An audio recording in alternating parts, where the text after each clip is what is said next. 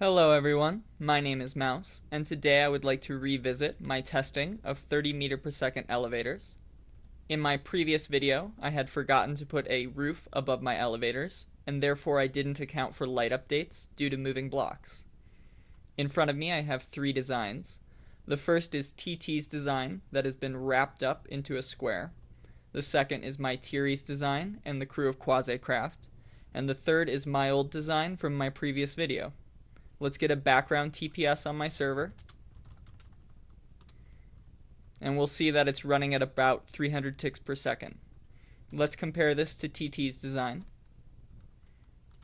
TT's design has the advantage of either being 4x4 or it can be unwrapped to be a 1x11 profile. And it runs at 170 TPS. Let's compare this to my Thierry's design.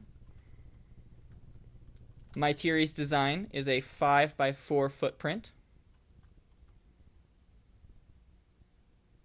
and it runs at 160 TPS. Finally, let's compare this to my old design. This is a 7x4 footprint,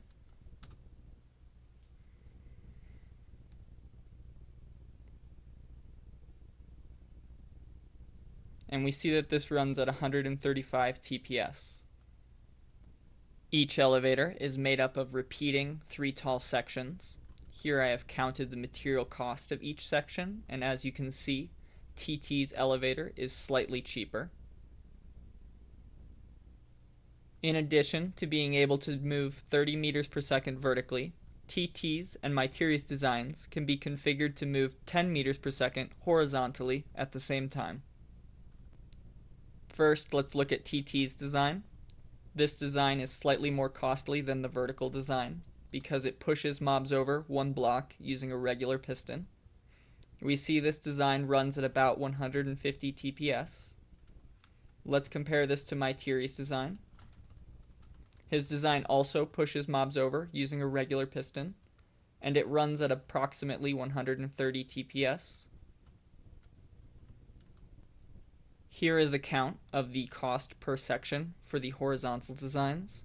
As you can see, TT's design is slightly cheaper than my Thierry's design.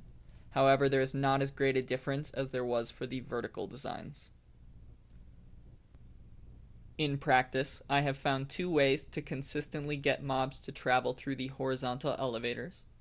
The first is to have the mobs land or spawn on top of the slime block and then activate the elevator. This method works for 2 high mobs as well as the taller wither skeletons. The second method is to have the mobs be pulled up using slime blocks. This has the added difficulty that the mobs need to stand on different levels depending on what they are. Here you see that the pigmen spawn on the top slime block, while the wither skeletons need to land on top of the bottom slime block. This can be achieved in practice by having both mobs land on the same slime block with a 3 high gap, and then pushing the slime blocks up from below. I would like to point out that you are not limited to motion in a single 2-dimensional plane.